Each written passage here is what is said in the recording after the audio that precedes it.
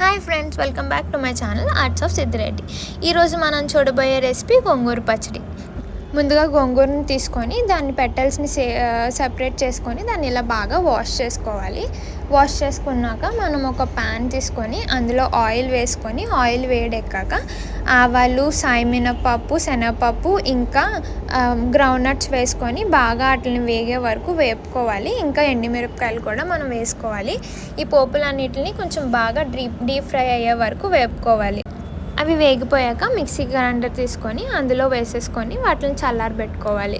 ఈలోపు మనం వాష్ చేసి పెట్టుకున్న గోంగూర ఉంది కదా, దాన్ని పక్కకు తీసుకొని మనం ప్యాన్ రెడీగా ఉంచుకొని ఆ ప్యాన్లో వాటిని వేసేయాలి. వేసుకొని వాటిని కలుపుతూనే ఉండాలి. ఎందుకంటే గోంగూర చాలా ఫాస్ట్గా కరిగిపోతుంది. సెకండ్స్లో అది కరిగిపోతుంది. చూసారు కదా ఎంత ఫాస్ట్గా కరిగిపోతుంది. కాబట్టి మనం దాన్ని వదిలేయకుండా అక్కడే ఒక 2 నిమిషాలు వేపుకుంటే సరిపోతుంది. మనకి మెత్తగా పేస్ట్ అయిపోతుంది. చూసారు కదా ఎంత ఫాస్ట్గా కరిగిపోతుందో. అలా అది చాలా ఫాస్ట్గా కరిగిపోతుంటే నాకు మొత్తం నోరు ఊరిపోతుంది. నా ఫేవరెట్ పచ్చడి అయితే గోంగూర. మీ ఫేవరెట్ పచ్చడి ఏంటి? మీకు కూడా గోంగూర ఇష్టమా? కామెంట్ చేయండి.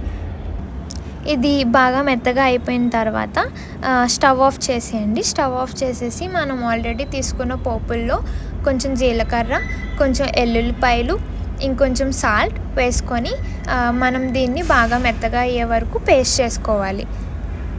పేస్ట్ చేసుకున్న తర్వాత అందులోకి మనం ఆల్రెడీ చేసుకున్న గోంగూర ఉంది కదా, ఆ ఆకుని తీసుకొచ్చి ఇందులో వేసేసి దీన్ని అంతటిని బాగా మెత్తగా పేస్ట్లా ఆడేయండి. వాటర్ మాత్రం వేయకండి, గోంగూర పేస్ట్ సరిపోతుంది.